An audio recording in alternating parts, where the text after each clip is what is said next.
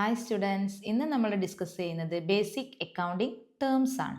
First term വരുന്നത് business transaction.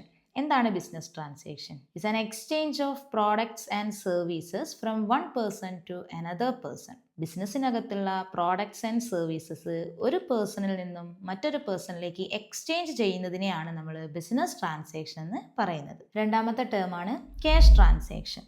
എന്താണ് cash transaction? A transaction which involves immediate receipt or payment of cash. ഒരു transaction നടക്കുമ്പോൾ തന്നെ cash receipt ചെയ്യുകയോ payment ചെയ്യുകയോ ചെയ്യുന്നുണ്ടെങ്കിൽ അത്തരം ട്രാൻസാക്ഷനെയാണ് നമ്മൾ ക്യാഷ് ട്രാൻസാക്ഷൻ എന്ന് പറയാം. അതിന് എക്സാമ്പിളായിട്ട് നമുക്ക് പറയാൻ പറ്റും purchased goods for cash, paid salary, paid commission. അപ്പോൾ ഇവിടെ ഒരു ട്രാൻസാക്ഷൻ നടക്കുന്നതിനോടൊപ്പം ഇമ്മീഡിയറ്റ് ആയിട്ട് ഒരു ക്യാഷ് റെസീപ്റ്റ് അല്ലെങ്കിൽ ക്യാഷ് പേയ്മെന്റ് അവിടെ നടക്കുന്നുണ്ട്. ഇതിനെയാണ് നമ്മൾ ക്യാഷ് ട്രാൻസാക്ഷൻ കൊണ്ട് ഉദ്ദേശിക്കുന്നത്.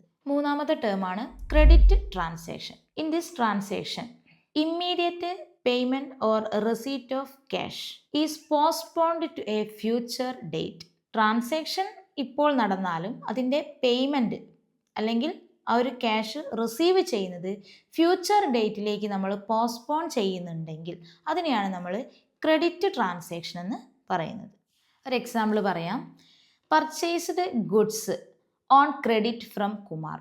കുമാറിൽ നിന്നും ഗുഡ്സ് പർച്ചേസ് ചെയ്തിരിക്കുന്നത് ക്രെഡിറ്റിലാണ്. ഇപ്പോൾ ഒരു 2000 രൂപയുടെ ഗുഡ്സാണ് നമ്മൾ പർച്ചേസ് ചെയ്തിരിക്കുന്നതെന്ന് കരുതുക.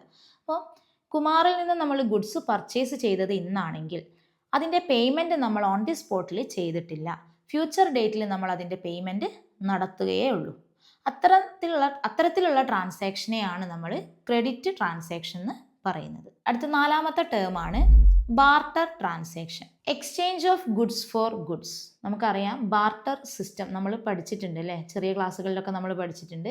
സാധനങ്ങൾക്ക് പകരം സാധനങ്ങൾ വാങ്ങിക്കുക. സാധനങ്ങൾ കൊടുക്കുന്നുണ്ടെങ്കിൽ പകരം സാധനം തന്നെ വാങ്ങിക്കുക.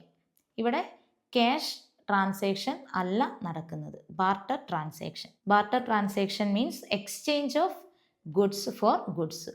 സാധനങ്ങൾക്ക് പകരം സാധനം ട്രാൻസാക്ഷൻ നടത്തുക അല്ലെങ്കിൽ എക്സ്ചേഞ്ച് ചെയ്യുക. അഞ്ചാമത്തെ ടേമാണ് capital. Capital is the investment made by the owner to the business. ഒരു ബിസിനസ് സ്റ്റാർട്ട് ചെയ്യാൻ വേണ്ടിയിട്ട് ആ ബിസിനസിന്റെ ഓണർ തന്നെ ഇൻവെസ്റ്റ് ചെയ്യുന്ന എമൗണ്ടിനെയാണ് നമ്മൾ ക്യാപിറ്റൽ എന്ന് പറയുന്നത്.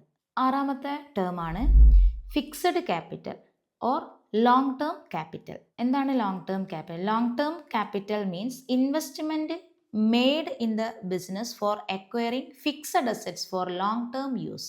നമ്മുടെ ബിസിനസ്സിൽ ലോങ് ടേം ആയിട്ട് യൂസ് ചെയ്യുന്നതിന് വേണ്ടിയിട്ട് ഒരു ഫിക്സഡ് അസറ്റ് പർച്ചേസ് ചെയ്യുന്നതിന് നമ്മൾ ഇൻവെസ്റ്റ് ചെയ്യുന്ന എമൗണ്ടിനെയാണ് നമ്മൾ ലോങ് ടേം ക്യാപിറ്റൽ അല്ലെങ്കിൽ ഫിക്സഡ് ക്യാപിറ്റൽ എന്ന് പറയുന്നത്. എക്സാമ്പിൾ നമുക്ക് പറയാം.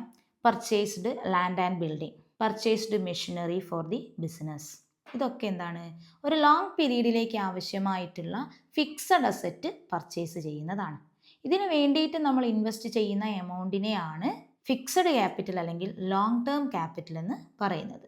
ഏഴാമത്തെ ടേമാണ് working capital or short term capital. It is the short term capital in business for meeting day to day expenses of the business. ഒരു ബിസിനസ്സിൻ്റെ day to day expenses meet ചെയ്യുന്നതിന് വേണ്ടിയിട്ടുള്ള ഇൻവെസ്റ്റ്മെൻറ്റിനെയാണ് നമ്മൾ വർക്കിംഗ് ക്യാപിറ്റൽ അഥവാ ഷോർട്ട് ടേം ക്യാപിറ്റൽ എന്ന് പറയുന്നത്. എട്ടാമത്തെ ടേമാണ് drawings. Drawings means withdrawal of goods or cash from the business made by the owner for his personal use. അതായത് ബിസിനസ്സിൻ്റെ ഓണർ തന്നെ ബിസിനസ്സിനകത്ത് നിന്നും ഗുഡ്സ് അല്ലെങ്കിൽ ക്യാഷ് അയാളുടെ പേഴ്സണൽ പർപ്പസിന് അല്ലെങ്കിൽ പ്രൈവറ്റ് പർപ്പസിന് വേണ്ടിയിട്ട് വിഡ്രോ ചെയ്യുന്നുണ്ടെങ്കിൽ അതിനെ നമ്മൾ പറയുന്ന ടേം ആണ് ഡ്രോയിങ്സ്. ഒൻപതാമത്തെ ടേമാണ് liabilities. Liabilities means financial obligation of the business to outsiders. ബിസിനസ്സിൻ്റെ പുറത്തുള്ള ആളുകളോടുള്ള ബിസിനസ്സിൻ്റെ ഫിനാൻഷ്യൽ ഒബ്ലിഗേഷൻ, ബിസിനസ്സിൻ്റെ ബാധ്യതയെയാണ് നമ്മൾ ലയബിലിറ്റി എന്ന് പറയുന്നത്. അപ്പോൾ നമ്മൾ ഇന്ന് ഡിസ്കസ് ചെയ്ത ഈ ഒരു 9 ടേംസിൻ്റെ ഡീറ്റെയിൽഡ് നോട്ട്സ് അതുപോലെ റിലേറ്റഡ് ക്വസ്റ്റ്യൻസ് ഒക്കെ നമ്മുടെ ആപ്പിൽ ഈ ഒരു വീഡിയോയ്ക്ക് താഴെയായിട്ട് കൊടുത്തിട്ടുണ്ട്.